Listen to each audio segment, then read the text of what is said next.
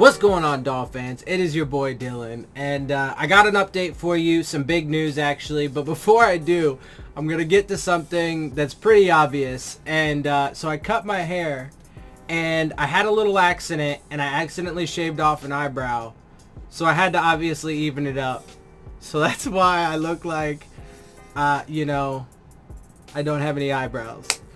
So, now that that's out of the way, let's actually get to the, I know it's going to be distracting. It's distracting me too as I look at myself, but just bear with me.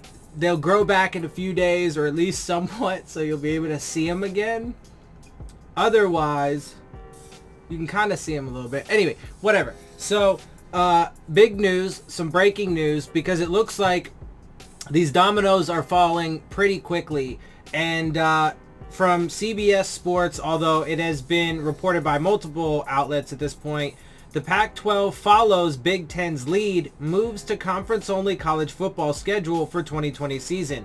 The Pac-12 conference will move to a modified conference-only football schedule for the fall, with announcement regarding the 2020 college football season schedules to come no later than July 31st. The news comes one day after the Big Ten announced its own conference-only schedule.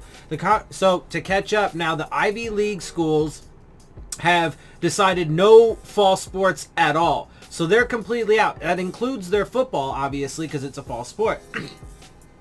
But that obviously then has ramifications on the season for all the teams, because they play, they play in the same,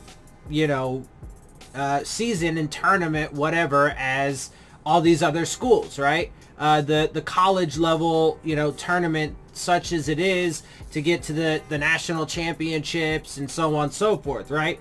But so now you remove all the Ivy League, then you have the Big Ten and the Pac-12 now saying that they're only doing conference.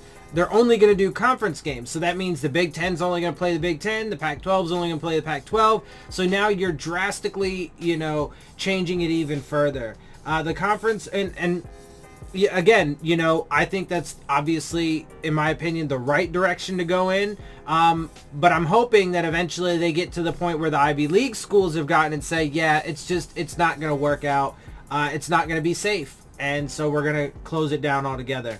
But to wrap this up, let's finish this article and get to the rest of this information. The conference will also delay the start of mandatory athletic activities until the series of health and safety indicators, which have recently trended in a negative direction, provided sufficient positive data to enable a move to a second phase of return to play activities. Athletes who choose not to participate due to concerns about COVID-19 will continue to have their scholarships honored by and will remain in good standing with their team.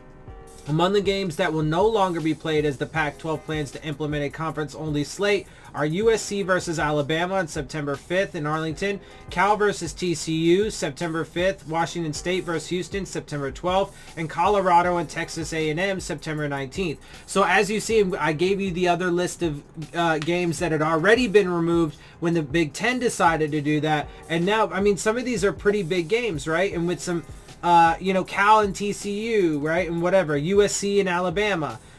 So it's like I said, the dominoes are falling fast. The Big Ten's cancellation of non-conference games next Washington versus Michigan on September 5th and Oregon versus Ohio State on September 12th. That's a big game. The health and safety of our student athletes and all those connected to Pac-12 sports continues to be our number one priority, said Pac-12 Commissioner Larry Scott in a statement. Our decisions have and will be guided by science and data, and based upon the trends and indicators over the past days, it has become clear that we need to provide ourselves with maximum flexibility to schedule and to delay any movement to the next phase of return to play activities. The moves to conference-only scheduling were anticipated as college football finishes up its worst week since the nationwide shutdown in mid-March. COVID-19 cases are again spiking across the country as more schools, including North Carolina and Ohio State, are pausing voluntary workouts to help slow the spread of the virus within their respective programs. On Wednesday, the Ivy League announced it will scrap fall sports and reevaluate whether they can be played after January 1st, 2021. Though the Ivy League has its own set of challenges and circumstances that motivated the move, football loses more money than any other sport in the conference. For example, there is an ethics argument as well regarding the safety and feasibility of playing fall college football. Though Power 5 administrators are continuing to examine all options, spring football has been called a last resort by Penn State Athletic Director Sandy Barber. According to Dodd, the ACC, which has already pushed Olympic sports back to at least September 1st, is also examining a conference-only schedule. The Big 12 and SEC, meanwhile, are in a more wait-and-see mode, though the latter could make a decision to join the conference-only trend later this month. Like I said, man, and as it stands right now, there is no indicator that things are going to slow or go into the positive anytime soon. So it might even be that spring football, their last resort, won't even work. We could be still, up to our eyeballs in this pandemic at that point. So I don't know why I used that analogy, considering I just managed to shave off my eyebrows and now I look ridiculous. But hey, I guess it is what it is. It's a weird world. So yeah, that's the update I got for you guys. I hope you guys enjoy my perspectives. I hope you can get a few laughs out of my eyebrowless face.